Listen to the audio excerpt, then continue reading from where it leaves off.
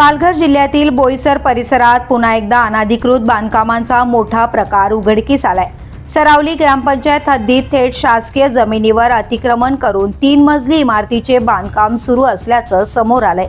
मौजे सरावली नवापूर रस्त्यालगत हॉटेल शबरी शेजारी असलेली ही जमीन महाराष्ट्र शासनाच्या नावे नोंद असूनही सोमदत्त पाठक, कृष्णा पाठक आणि शिवकुमार पाठक यांनी या जागेवर बेकायदेशीरपणे इमारत उभारण्यास सुरुवात केली।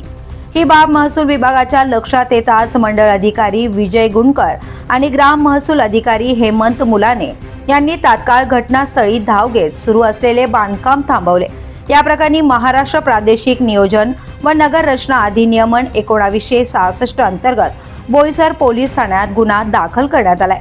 दरम्यान या बेकायदेशीर बांधकामाला नेमकं अभय कोणाच्या पाठिंब्यामुळे हे धाडस करण्यात आलं याबाबत आता सखोल चौकशी सुरू झाली आहे। विशेष म्हणजे या अतिक्रमणाच्या शेजारी असलेले हॉटेल शबरी देखील अनधिकृत असल्याची माहिती समोर आली आहे। स्थानिक नागरिकांकडून या प्रकरणातही कठोर कारवाईची मागणी केली जात आहे। बोईसर आणि तारापूर औद्योगिक परिसरात वाढत असलेल्या अनधिकृत बांधकामांमुळे शहर नियोजनावर मोठा परिणाम होत असून प्रशासनाने आता कठोर भूमिका घेत कारवाईचा बडगा उगारण्यास सुरुवात केली आहे। महसूल विभागाच्या या कारवाईमुळे भविष्यात शासकीय जमिनींवर अतिक्रमण करणाऱ्यांवर वचक बसेल असा विश्वास व्यक्त केला जातोय।